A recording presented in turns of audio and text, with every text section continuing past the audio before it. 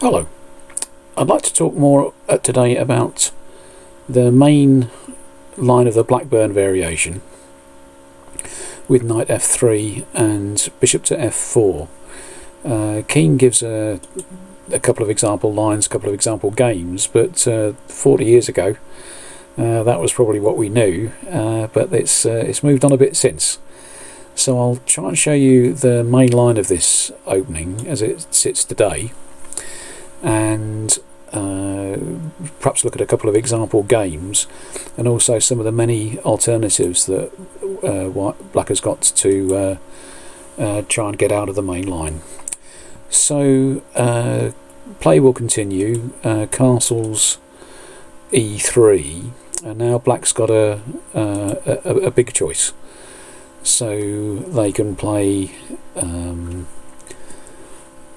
c5 here, which is the main line. They can play a6. They can play knight bd7. They can play b6. There's another idea. And also c6. I don't think c6 is an idea, it's just a move. I'm not quite sure what Black could have in mind by playing that, just to wait and see really. But plenty of other things to do here by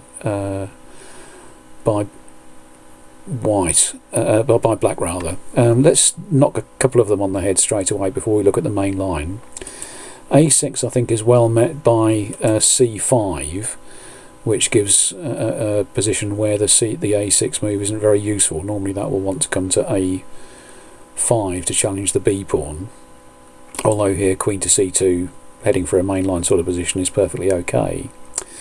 Knight bd7, I'm going to recommend in the style of the line that Keane looked at, that we'll wait a while with a3, and then after c5 swap in the middle a couple of times, then take on c5, and now to avoid Black taking over the long diagonal with a move like bishop to f6, we're going to take a time out for development and play ourselves bishop to e5, controlling the d4 square, and I think White's got a good isolated pawn endgame here, and we'll take some. It's not a terribly vigorous position, but I mean that's not what you're playing for when you play against an isolated queen pawn. You want to keep things calm and play for an edge in the endgame. So that's that one. C6, play what you like, but I think b6 is interesting.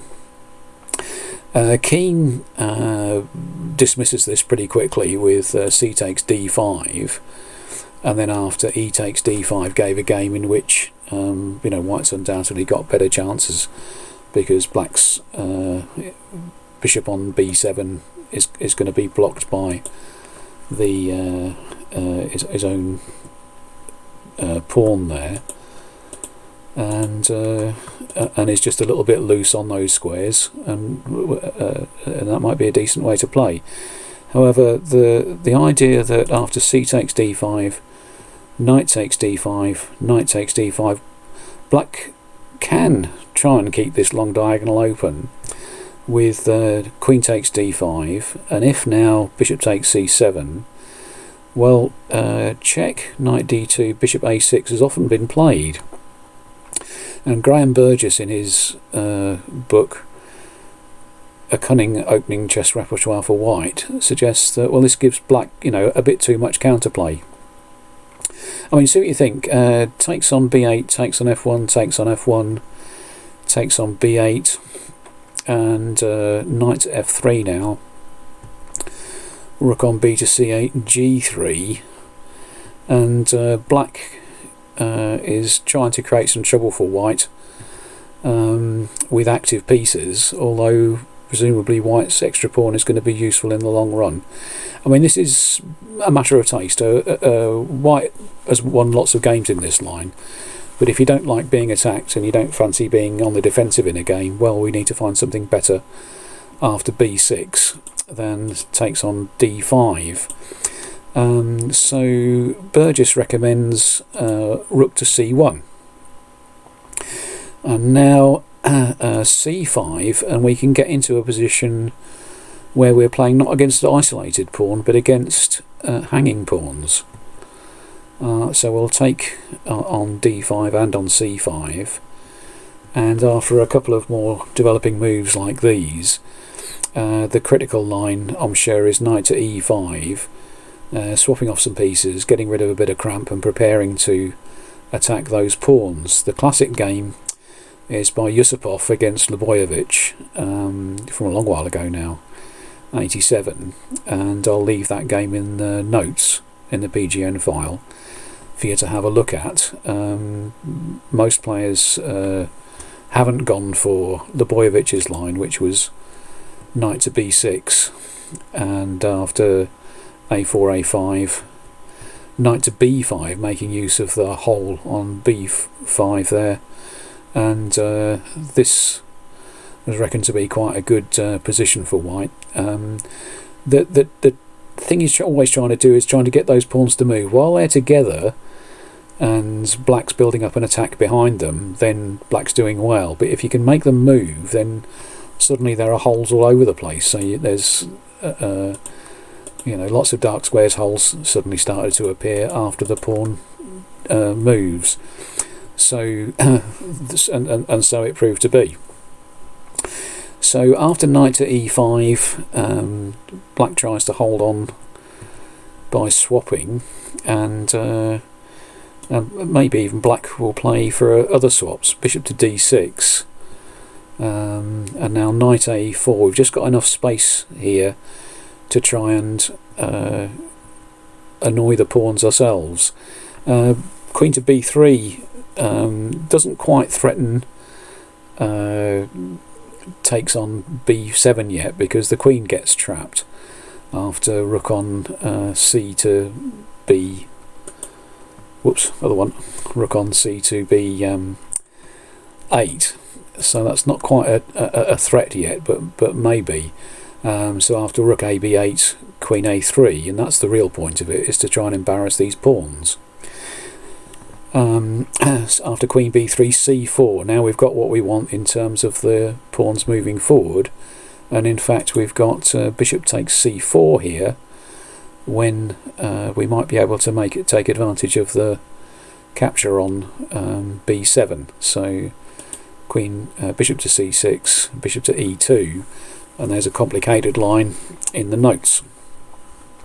So that's if black plays after rook c1, c5, and after rook c1, bishop b7. Well, I think then we can revert to our swapping in the centre, takes, a3, which was hanging, and now if c5, just bishop to c4 with a small advantage for white. So that's the b6 variation, which is quite popular.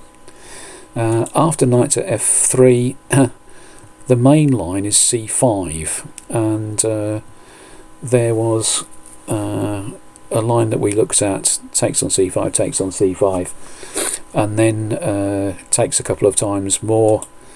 C takes d5, knight takes, and now a3, knight c6, bishop to d3, bishop b6, castles.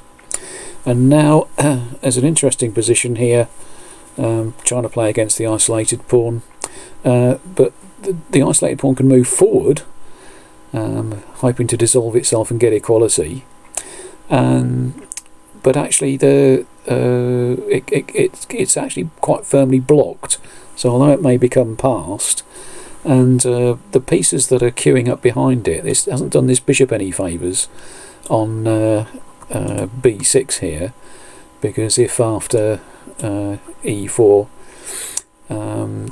these pieces are just in a defensive role and not attacking anymore, and white might well be able to manoeuvre around it happily, and white has a working advantage, working majority on the king side, and can think about active play. Black's solid, but white has an edge, and that's pretty usual.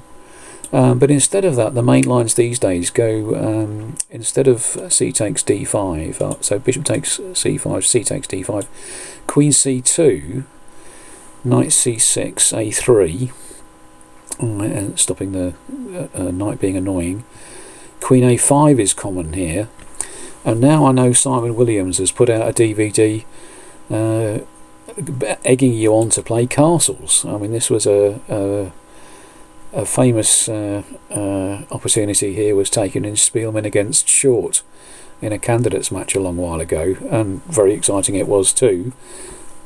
I think the idea was that well, it looks as though White's castling into a situation where Black's got the open lines against White, but it seems that in fact it's a lot easier for White to organise their position than Black. So White was playing moves like, well, I think Spielman played h4, but also you can start thinking about organising g4 with an attack, and an exciting game follows. I think that's possibly too exciting and too theoretical to play. So just play rook to d1, bishop e7, so getting out of the way of the fork on b4 that was suddenly appearing. And now the old move here was knight to d2, trying to get a hit on the queen, but these days bishop e2 is the move. And now there's some heavy analysis coming up, so brace yourself. Several moves here for Black can be played. Knight to e4 takes on c4, and lastly e5. By leaving the knight on f3, you would have thought, well, that's not going to make e5 possible, but nonetheless it's played. So, well, you can take with a knight, and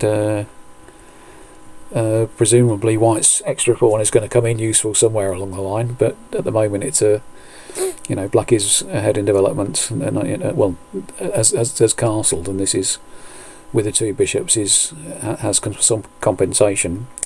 The other way of trying this is takes on e5 with the bishop, and now bishop e6 and rook c8 by Black, again trying to be annoying, but presumably after rook to d4 Burgess says, well, that extra pawn should come in useful, which I agree. It may be the best move against against e5 actually is bishop to g3, which I think is pretty well untested since Burgess suggested it several years ago, but anyhow, that's the e5 variation. The line with takes on c4 and bishop takes on c4, and now there was a very exciting game played between Kramnik and Carlsen, which Kramnik won, which continued knight to h5, takes on f4, g6, and now White's got slightly messy pawns and Black's got the bishop pair, but White has some initiative. Takes on d8, takes on d8, rook to d1, bishop to d7, and now Kramnik played excitingly f5 and won a fine game. Igor Stoll, who wrote the book Instructive Modern Chess Masterpiece, has annotated this game in a lot of depth and actually recommended knight to g5, which is interesting. Simple point, can't take twice on g5 because of the hanging bishop. And White's got a threat here of taking on f7, with the idea king takes f7, f5, with all sorts of pins and checks and a really strong attack in this position. So presumably Black doesn't want to allow that. If queen to e8, trying to hold up some of those pins and getting out of the pin down the d file. Knight to b5 reminds Black that they've got problems on the other side. Rook to d8, knight to c7, queen to f8, and now rook takes d7, rook takes d7, knight c takes e6. Can't capture that, of course, because of the fork on e6 of rook and bishop, rook and king rather, by the bishop. So queen to h6, and now king to g2, stepping out of a various sorts of check, and this is a strong position, a strong attacking position for white. Bit complicated, but I think the analysis is sound and is quite is good for white. Computer certainly thinks so, Stoll thinks so, and I'm happy to agree.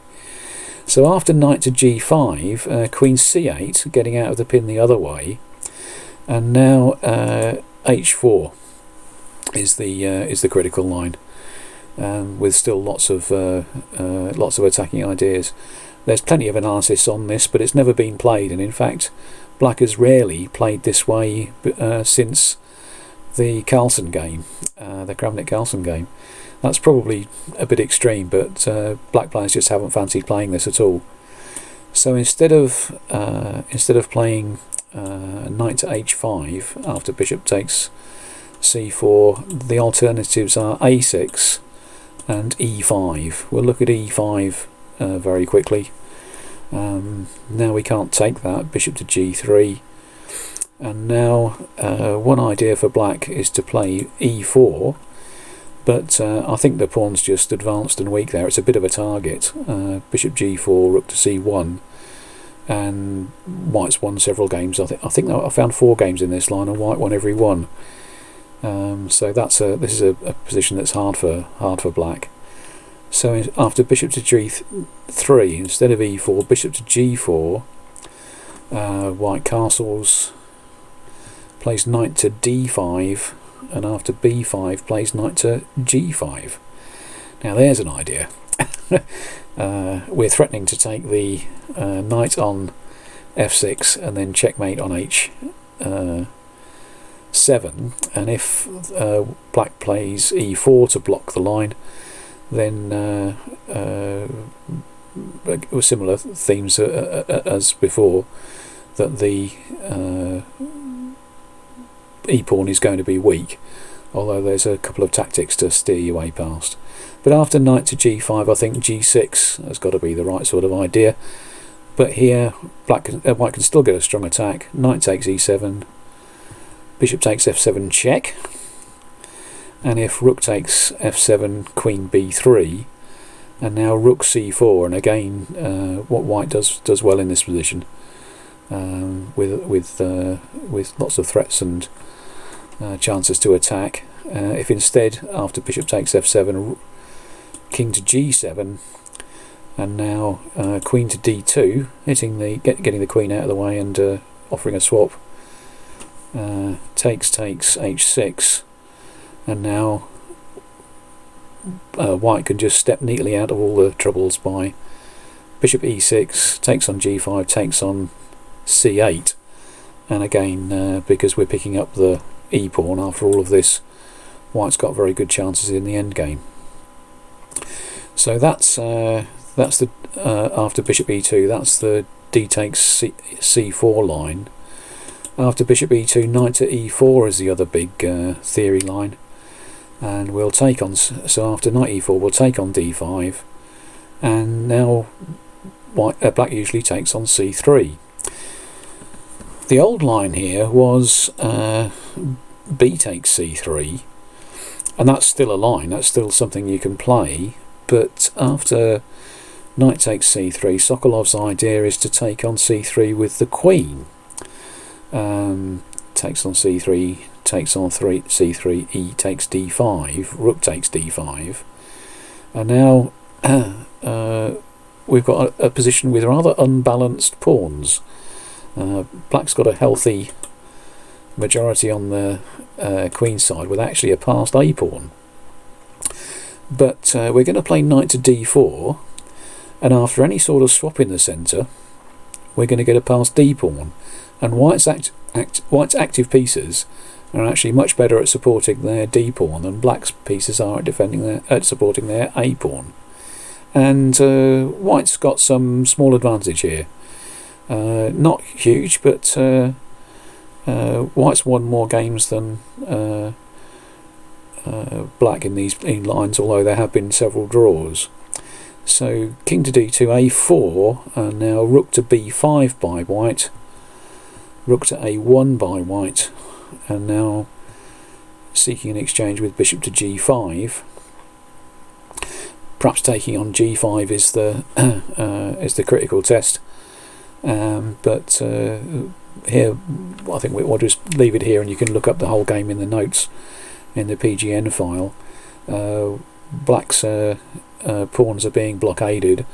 White's pieces are really quite active, and maybe we'll win one of those pawns on the queen side. So so this long main line of the bishop h4, bishop f4 variation still considered quite positive for white, and not every black player is happy playing this.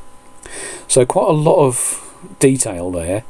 Try not to worry about the detail, just think about the overall plans. And I've just got one more game that I'd like to show you, played by an old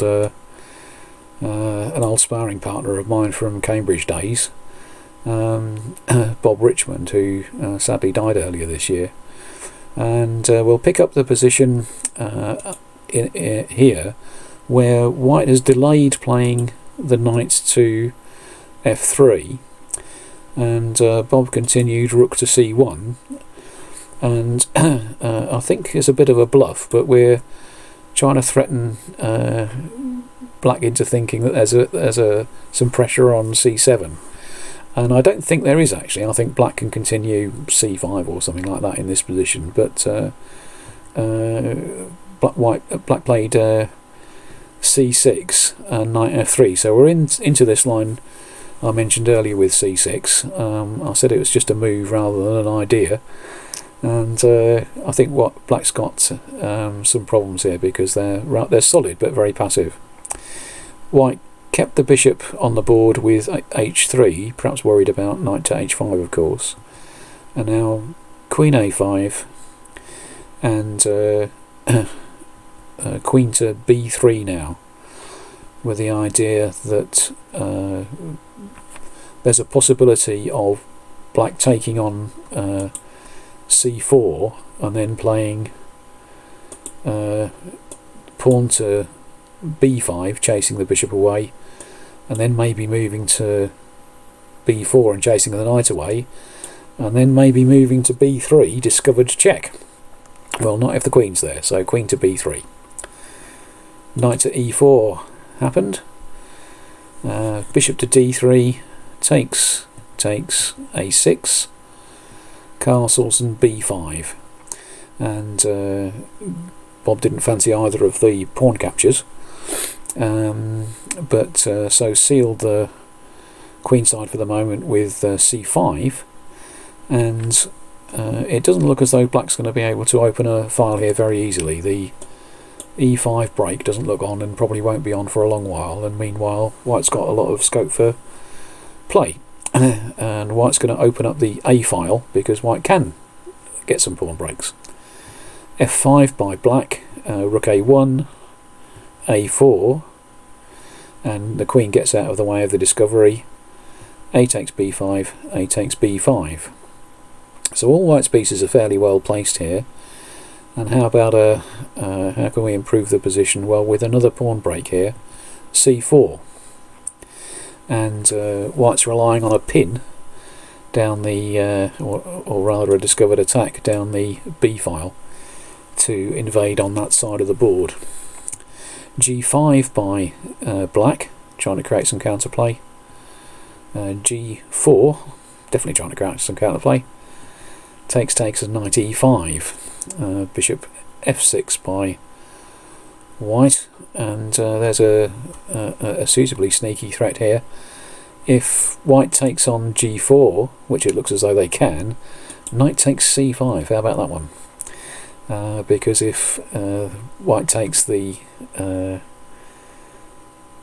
knight, then a1 is dropping. Very sneaky. So in fact Bob didn't want any of that and played knight takes d7. I was showing this game to my computer, and the wretched thing always spoils a nice game, and came up with a little sacrifice here, which I think everybody else, all the humans, had missed. So after bishop f6, takes on a8, takes on a8, and now the machine likes knight takes c6, bishop takes c6, c takes b5, and these pawns are absolute monsters. They're going to barge their way through. They've got lots of chances to advance while hitting the pieces. So if the bishop goes away to a8, as I suppose it must, then White's got lots of chances to play b6, bishop to c7, and c5 after some support. And these pawns, as they go further and further, Black's really got very little counterplay, and White's got a winning position. So that's one way the game could have ended. After bishop to f6, White could have played takes and takes and knight takes c6, but in fact took on d7 and took on b5, and White's won a pawn, which I guess is good enough. And bishop to c6, takes, queen to b6, pushing forward and looking for swaps.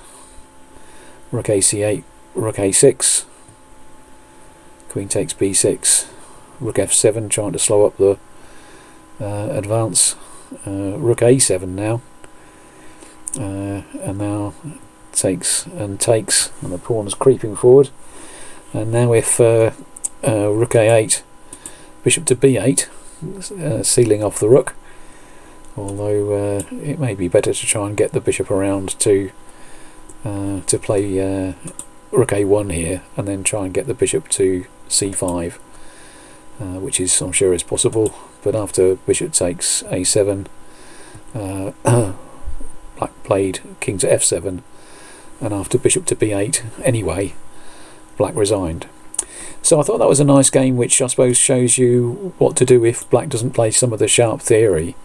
But just there just seemed to be a nice walkthrough on the queen side. Black's pieces were passive, White's were nicely active, and with some suitable line opening by White, even though they didn't play exactly the right moves at every point, and probably neither did Black.